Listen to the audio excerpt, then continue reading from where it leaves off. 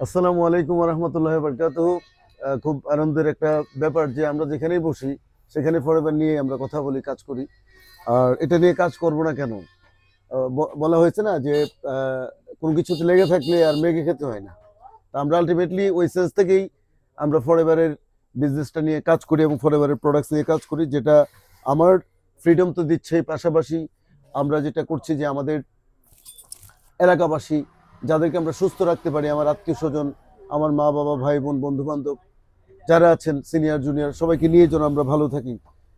বিশেষত এই দিনগুলোতে যেটা দেখা যাচ্ছে বাংলাদেশের এনভায়রনমেন্টে, যে হুটহাট করেই কেউ হার্ট অ্যাটাকে আক্রান্ত হয়ে যাচ্ছে, কেউ ব্রেনের ড্যামেজের সম্মুখীন হচ্ছে।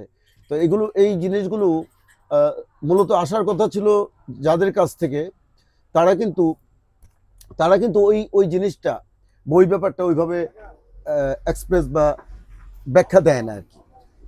যেমন ধরেন আমরা, যেমন আমি যে জিনিসটা রিয়েলাইজ করছি, আমি যখন ফরএভারে ইন করলাম, কেন করলাম, আমি একটা প্রোডাক্ট ইউজ করলাম, প্রোডাক্ট খেলাম, খাওয়ার পরে আমার কাছে মনে হলো যে এটা দারুণ। এটা আমাকে কি করেছে যে আমাকে এখন কিন্তু আমি আলটিমেটলি আমি গ্যাস্ট্রিকের ট্যাবলেট তো আমি খাই না, আমার মনে নাই গত 4-5 বছরে 2022 থেকে আমি গ্যাস্ট্রিকের ট্যাবলেট আসলেই খাইনি। সত্য যেটা, আমি খাই নাই এবং আমার এটা মনে হয় না খাওয়ার কথা। কেন? এখন তো দেখেন, আজকে আমাদের একটা সেমিনার ছিল, প্রোগ্রাম ছিল মসজিদ রোডে, ব্রাহ্মণবাড়িয়া। এটা হলো ক্যাফে গ্র্যান্ড মালিক। গ্র্যান্ড গ্র্যান্ড এ মালিক। তো ওখানে আমাদের সাইদুর রহমান স্বামী ভাই বলেছেন যে বাংলাদেশে প্রায় 1,500 কোটি টাকার একটা ওষুধের বিজনেস হয়। হ্যাঁ, যেটা আমাদের শুধুমাত্র গ্যাসের ট্যাবলেটই এর একটা ম্যাক্সিমাম অংশ এখানে, মানে গ্যাসের পারপাজে মানুষ ইউজ করতেছে। তো দেখেন, আমি কেন, এবং গ্যাসের ট্যাবলেট খেয়ে আমরা কি হচ্ছে, আমরা যে ওষুধই খাই একটা গ্যাসের ট্যাবলেট কিন্তু কম্পালসারি করে ফেলছে। তো এটা কেন হবে? আমার প্রশ্ন হলো, এক নম্বর কথা, আমি সারা জীবনে কি আমি অসুস্থ থাকতে চাই নাকি? আমি সারা জীবনে কি গ্যাসের ট্যাবলেট খাবো? বা সারা জীবনে কি আমি রেমেডি হিসেবে আমার বডিটার উপর অ্যান্টিবায়োটিক চাপাই দেবে, আমরা এইভাবেই লাইফ লিড করব?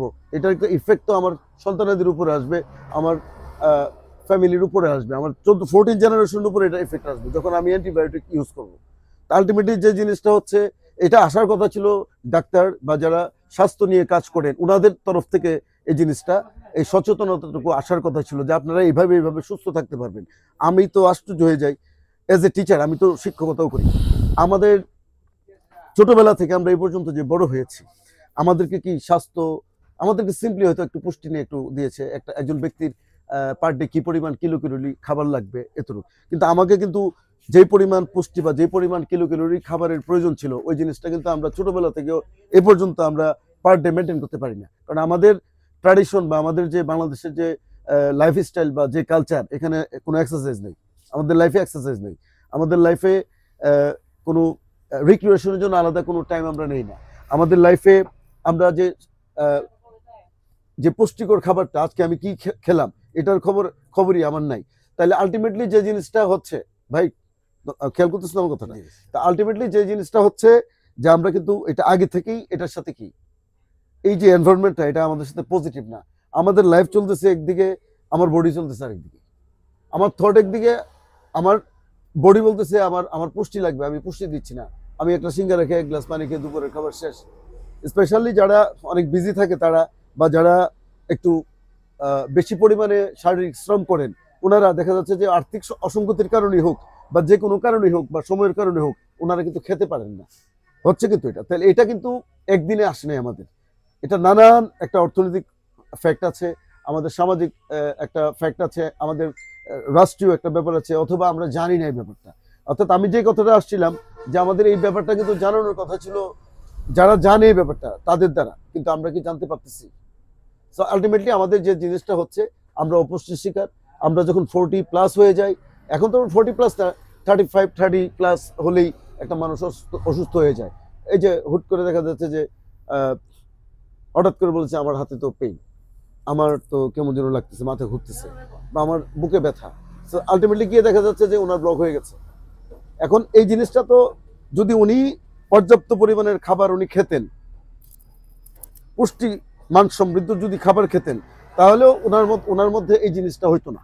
এখন যে জিনিসটা হচ্ছে, উনি পুষ্টি মান সমৃদ্ধ খাবার যদি খায়ও, 35-40 এজে গিয়া ওনার বডি এটা এখন ওইভাবে কনজিউম করতে পারে না।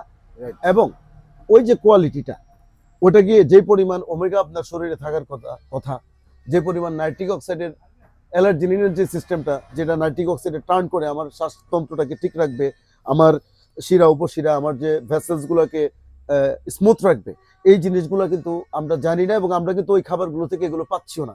কারণ খাদ্যে বা যেখানে শস্য উৎপাদন করা হয়, বা যেখানে যে ফার্ম থেকে আমরা মাছ মুরগি কিনি, মাংস কিনে খাচ্ছি, এগুলোর মধ্যে অতীব বেশি পরিমাণে আপনার এখানে দেওয়া হচ্ছে, এই যে ফিড জাতীয় জিনিস দেওয়া হচ্ছে, যেগুলো বেসিকলি কেমিক্যাল নির্ভর।